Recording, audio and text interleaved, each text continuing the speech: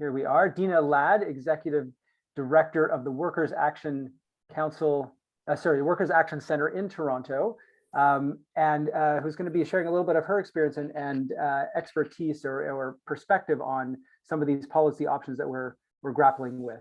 So Deena, let me welcome you and thanks for joining us. Thank you. It's great and great to be here and interested in the conversation.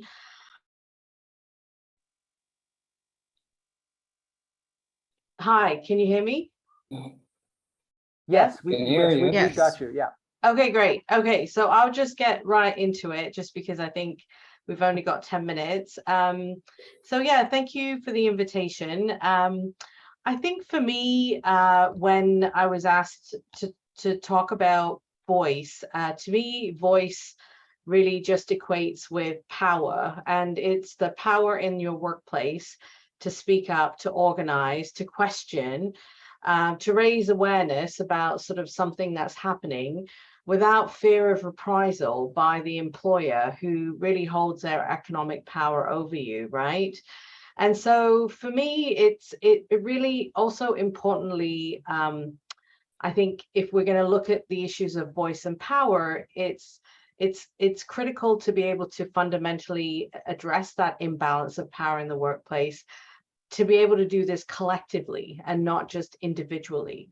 So I think that in my experience, I've found that workers fundamentally, in terms of dealing with that power imbalance and those power issues at work, have great difficulty in doing so because of, let's say, their immigration status, how they're hired, their employment status, like, you know, how are they actually directly hired by that company, the length of time that they've been in Canada, whether English is their first language, if they're a young worker just entering into the workforce or an older worker, a woman who may just be coming back after maternity leave or trying to get into the sector, a racialized worker or a migrant.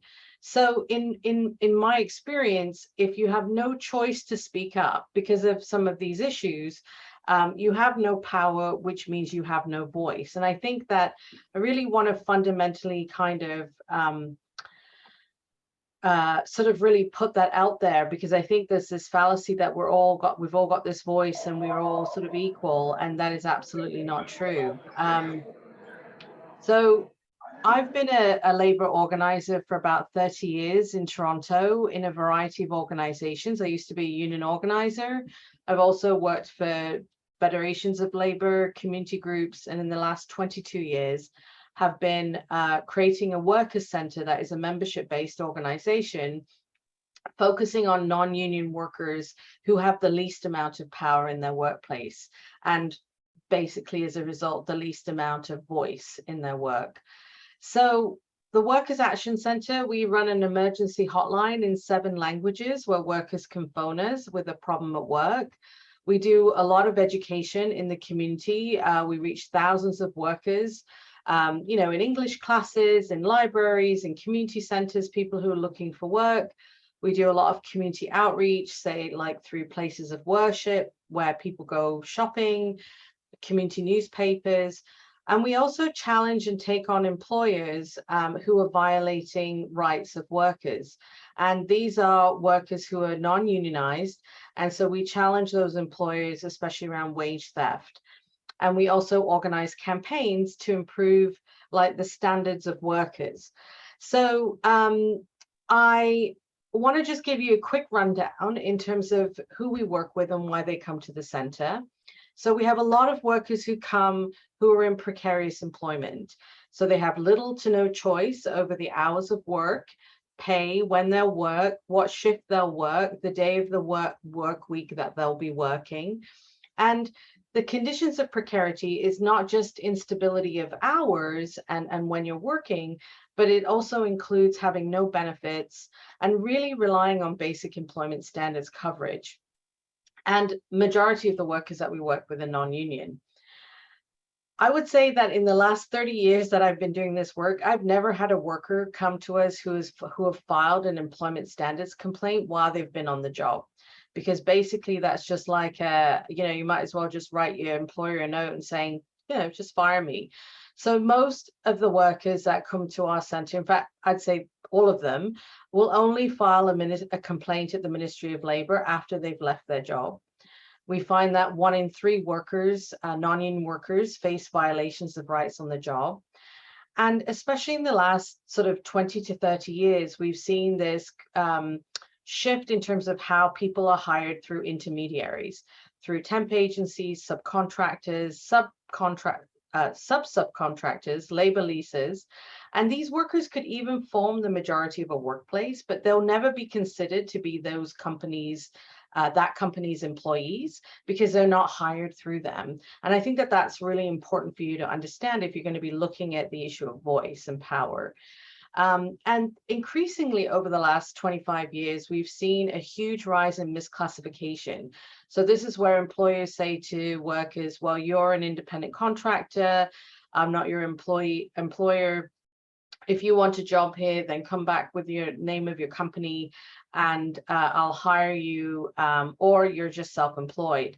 And so just to give you an example, like one of the, and they'll be in sectors that you probably wouldn't even think, like personal support workers in long-term care homes or nursing homes are now being deemed as independent contractors. So not only in healthcare, but we're looking at food delivery, business services, cleaners, truck drivers, courier services, group homes, shelters, long-term care facilities. We're seeing an increased number of workers who, again, not considered to be part of the workforce. They're seen as independent contractors hired through platform-based apps. Part-time workers, even though they're working full-time, the companies deem them as part-time, so therefore they don't get benefits. And again, we are dealing with a lot of workers who have immigration status that is precarious. In Canada, we have about 500,000 workers who are undocumented, but we also have an additional 1.2 million workers who are either tied to labor market agreements, which means that they're tied to their employer and their only ability to stay in the country is if that employer lets them. They're on some type of work visa, study permits, all the kinds of myriads of ways that people come into the country without actually getting permanent status. That's 1.7 million workers, okay, that we're talking about. And you can bet your bottom dollar, they certainly don't have a voice in the workplace. So I wanted to just focus on 4 recommendations that I know that you've been talking about on the list that we really support. And when I say we support, I mean the members of the Workers' Action Centre and all of the workers that come through our center and this movement in Ontario that we're building to improve employment standards for about 6 million workers. We spend a lot of time making sure that our priorities reflect the direct experience of the workers that we work with. And we spend hours doing surveys and discussions and making sure that what we're putting out there actually resonates, because if it doesn't resonate with the people that it's going to impact, then what's the point of doing this work? And I hope that you can really see that. So the first issue I'd like to talk about is just cause protection. This has been identified by our members as a huge issue. It's one of the biggest barriers. It's a huge issue for all workers, but especially racialized workers, where you're really seeing structural racism and discrimination dominant in the workplace. We have calls by workers who have been working for, say, 10 years at a workplace, and suddenly you're fired for no cause. And that is completely allowed under our employment standards. This has a huge chilling effect on non-union workplaces. It's arbitrary dismissal with no cause, which means that workers are very afraid of mentioning anything about conditions of work, and it can happen at any moment. So one of the exciting things we've seen is that in New York, they've just legislated on July 4th, 2021, they legislated just cause protection for fast food workers. And I think that that's really critical because they're recognizing that this sector is rampant for low wages and racism and poor working conditions. So now in New York, you cannot fire or reduce workers without just cause. Employers must give workers who've passed their probation period retraining, an opportunity to improve, and you can only fire underperforming workers after giving them multiple disciplinary warnings in a year or for egregious misconduct. You cannot lay off current workers except for economic reasons. And if you are going to lay them off, it has to be by seniority. And you have to give a written explanation for firing, reduction of hours, or layoffs. This all seems very common sense, but it's completely not in our employment standards in Ontario, which raises lots of questions about the role of employment standards contributing to the imbalance of power in a workplace. The second issue I want to talk about is concerted activity. Being able to raise workplace problems while on the job, improve conditions while on the job is critical. Why do we need people to have to leave their job if they just have a question about their rights at work? We see in the US the ability of workers to walk off the job. The campaign for $15 minimum wage showed millions of workers walking off the job in McDonald's, Wendy's, A&W, all of these fast food restaurants to be able to fight for a union, to fight for higher wages. And so we really need the ability to unionize in sectors of the economy or for workers to be able to improve their working conditions, regardless of whether unions want to do it or not, where the union density is low, where there's a fear of reprisal, low wages, poor working conditions, high rates of young workers, and racialized workers. The third area is barriers to unionization. Misclassification, intimidation, small workplaces, temp agencies, subcontractors, all of these employer hiring strategies result in workers not being considered to be the employees in the workplace and have no voice, even though, as I said, in many workplaces, they are the majority of the workers. For example, in Amazon, where they hire workers, they hire workers as independent contractors, they hire them directly, but they also hire them through subcontractors. So, you've got to be able to look at the whole breadth of how people are hired. Another example is Fiera Foods, which is a food manufacturing facility that came under lots of investigation under the Toronto Star, where when they dived into why workers were dying in that workplace, they found that workers were hired through 5 different temp agencies, trying to get that elusive full-time permanent job. So it disciplines the workforce because the temp agency workers are wanting to get the full-time job. The full-time job employees are very aware that the temp agency workers are there and that they could easily take their job. And so it's really quite critical to deal with these dynamics in a workplace. Otherwise, you're missing the boat in terms of worker voice. I also think the last thing I'll talk about, Angelo briefly talked about this, was sectoral bargaining. We have domestic workers, women who are coming overseas, who are one worker in a home that have very little ability to unionize, small service sector workplaces, food, restaurants, small grocery stores, places where unionization or having a collective voice is virtually impossible.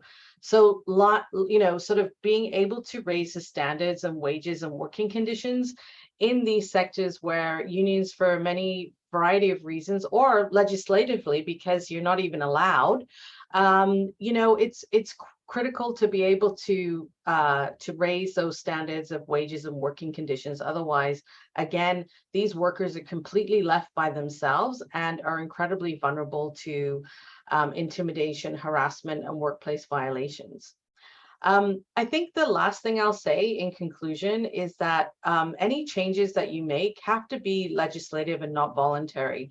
We have had sort of a history of the Ontario governments and various governments just sort of saying, oh, employers should have a policy on the right to disconnect, on electronic surveillance, on sexual harassment, on gender harassment. But really, employers don't have to do anything about it, right? I mean, we know that in every workplace, there's supposed to be a health and safety committee. But do you think any of the workers we work with, first of all, know about the health and safety committee? And if they did, would they even feel empowered to even go and sit on that health and safety committee and actually talk about what is actually going on in the workplace without basically facing reprisals? So I think that, you know, it's really important to think about what kind of enforcement mechanisms there are, what kind of teeth, what kind of reprisals are going to face workers if they're wanting to use this. And if you don't have the power to enforce or protect against dismissal, if speaking out, then it really is redundant. Let's stop right there. Thank you. Thank you so much, Deena, for sharing that perspective. You may or may not be aware of this, depending on what Andrew told you, but you know, back in July, when the Assembly members first gathered and were identifying their core values, rebalancing the imbalance of power was certainly identified among that. So it was great to hear you start off your presentation by connecting on that level, and you've certainly given us a lot of the sense of urgency at stake for what this Assembly can do. Let me and can I just say my apologies? I didn't know my video was off. Oh. So I just realized that. So there we go. As we navigate this technical world that we're in. So apologies about no that. worries. We're glad that we can see you now. So as we do a little Q&A, we'll have you on camera, and let me open it up to anyone on the Assembly who'd like to raise their hand. There's a few comments coming in the chat, but if anyone has a question, please feel free to Zoom hand up.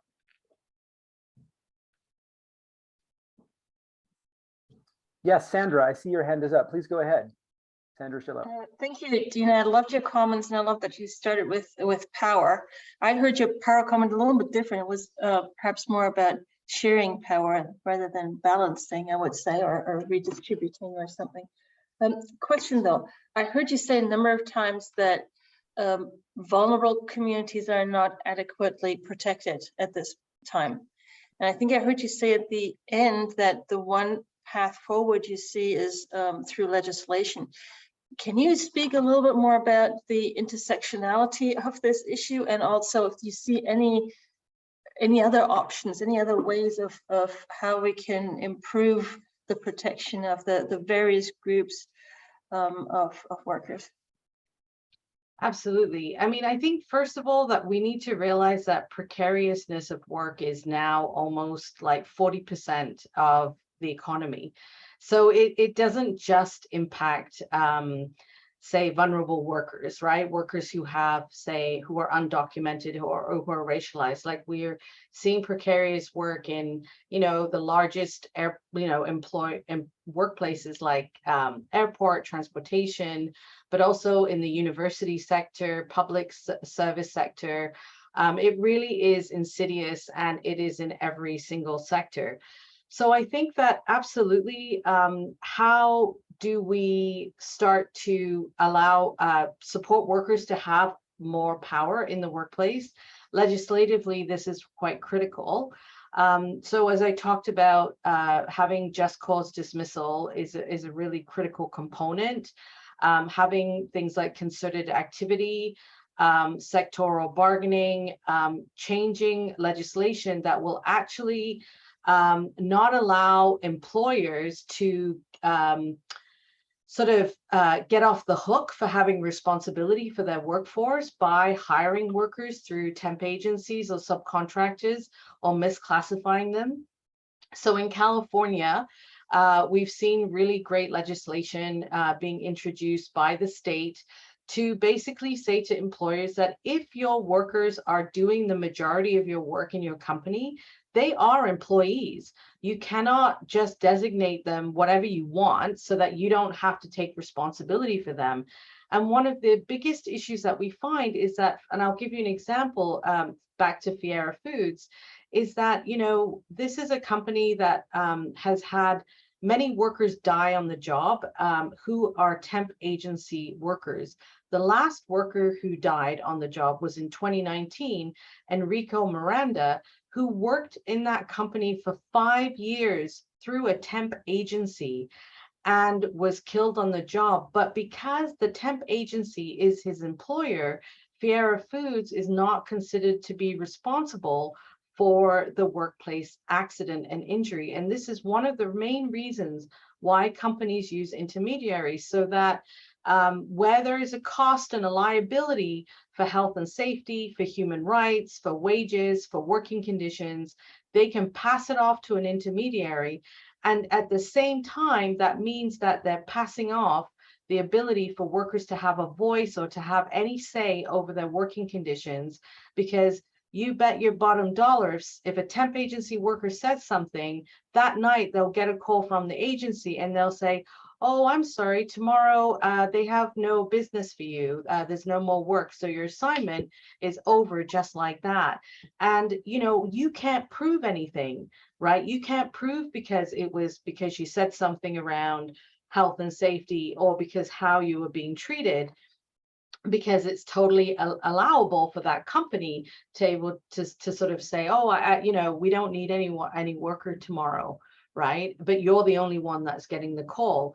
And so I do think it's really fundamental that we re-knit the employer-employee relationship so that you can actually hold the employer accountable for their actions, and they can't just, you know, move it off to a third party.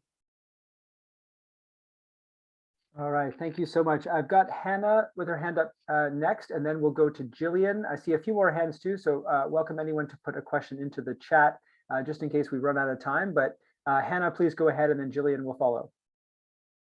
Hi, so I was and I still am an international student, and I've been working for my entire life in Canada. So most of the international students, including myself, want to stay in Canada, hoping to get the permanent residency and citizenship. But the thing is, we come here not being aware of our rights.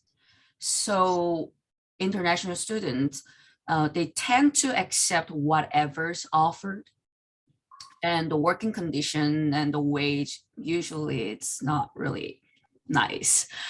So Deena, you mentioned the 1.7 million foreign workers earlier. And I wonder if that number includes the temporary workers, like international student, and also if there's any consideration on this temporary workers going on. No, Hannah, thanks for speaking out, because you know what, this is one of the biggest issues that we're finding, is that you cannot, and I talked to Andrew about this, is that you cannot separate labor standards from your immigration status, because your ability, if your ability to stay in the country is tied to your employer, how on earth are you going to ever say anything, right? And so 1.2 million people in this country, which includes international students, are the ones that are coming in through the international student program, through various, pathways. And so it's always the elusive,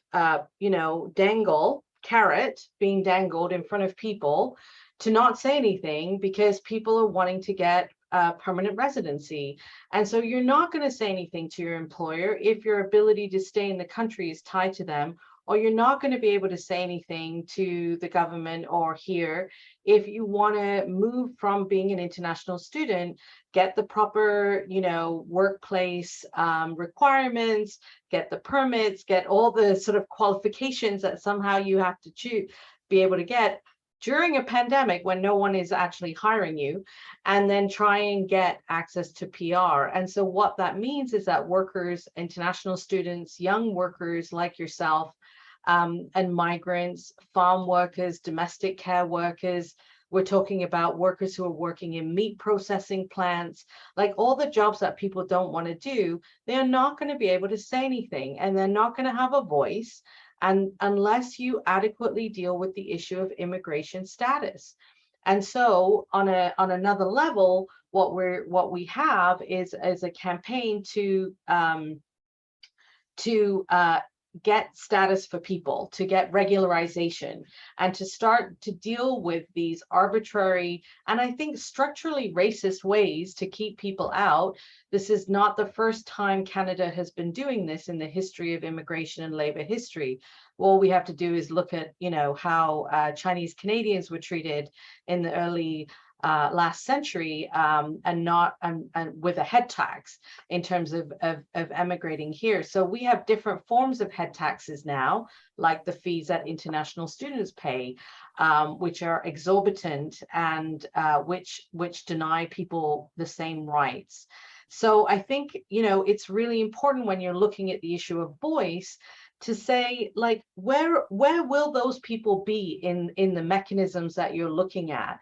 Will they be considered to be having a voice, or are they considered to be peripheral? What dangers will they face if they say something? Does it mean that we're actually, you know, we could potentially be deporting people for saying stuff in their workplace? And I think it's really important for us to understand the structural forms that exist in each of in our workplaces, because I can tell you, someone comes in the door here at the center, I just need to know how they're hired, what their immigration status is, before I can tell you within 2 seconds whether or not they have a voice in their workplace. And that is so fundamental to the deliberations that you will be making about what this means for workers, if you're going to look at the issue of workplace democracy and voice. All right, thank you so much for that. Let me move to Jillian next, and then if we have time for one more, I'll go to you next, Brett, because we haven't heard from you yet. And let me invite everyone to continue the comments in the chat. So Jillian, please go ahead. Hi, Deena. So I really, everything you said really resonated with me. I studied international development with a focus on like food and agriculture, and specifically like agricultural work. So like this is something that's really like important to me.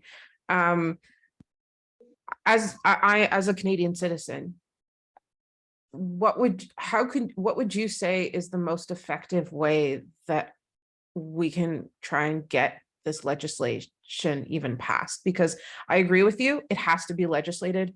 I think it's very naive to expect an employer to out of the goodness of their heart, just, you know, say, oh, like this is a policy we're putting in to help you.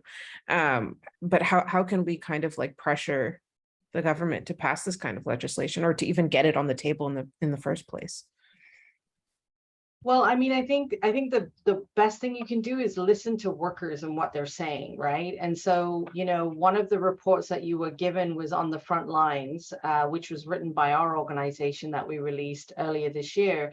And that report is really based on hundreds and hundreds and hundreds of conversations with workers who are directly impacted, and checking out reports like Unheeded Warnings that was produced by the Migrant Workers Alliance for Change, which basically is, again, another membership-based organization of migrant workers, where and so I think it's kind of like, how do we use Ontario legislation to improve employment standards, and it's combined with a strategy of changing our immigration legislation.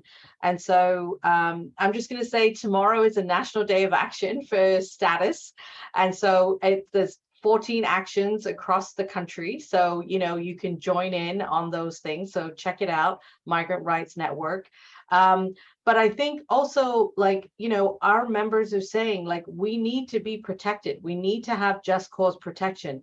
Fundamentally, to know that we can challenge an employer who just dismisses us for speaking up, but can do so right now with having no reason at all, is, I think, one of the fundamental things that we need to start to happen, as well as some of the things that I've mentioned.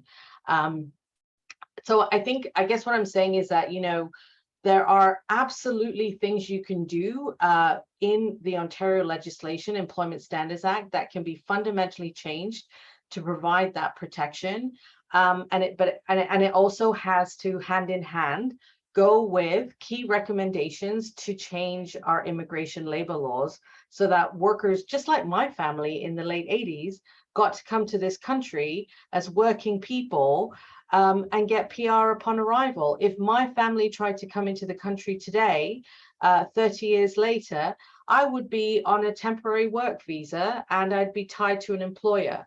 So my mouth would effectively be shut tight and I would not be able to say something. So I think we really need to understand the impact, the structural impact of immigration legislation on the issue of voice. Thank you so much, Deena. I'm actually just going to pause you right here. I know there's a couple of more questions that want to come in, but I want to get to our next speaker,